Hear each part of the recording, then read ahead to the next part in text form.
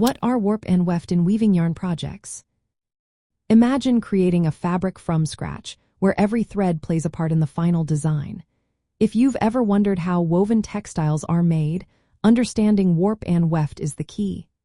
These two sets of yarns work together to form the fabric's structure and appearance. When you set up a loom or a simple frame, you start with the warp.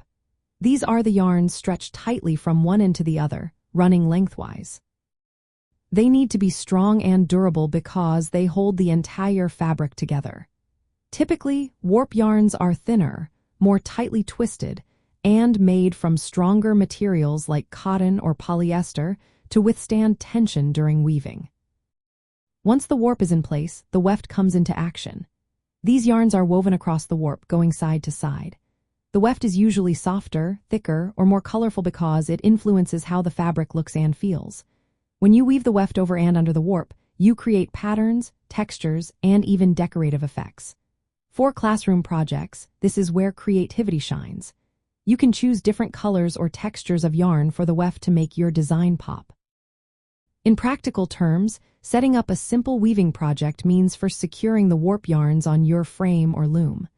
Once they are taut, you start weaving the weft yarn through them, alternating over and under each warp thread.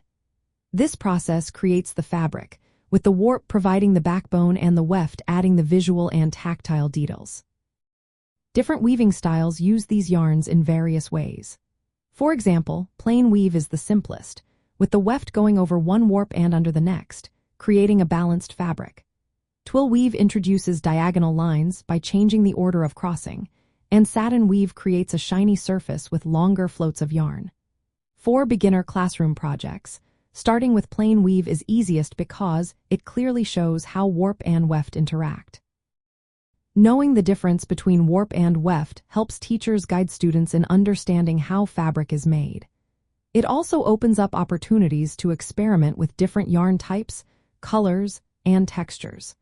Whether making a decorative wall hanging or a simple placemat, understanding these basic craft techniques makes weaving both fun and educational.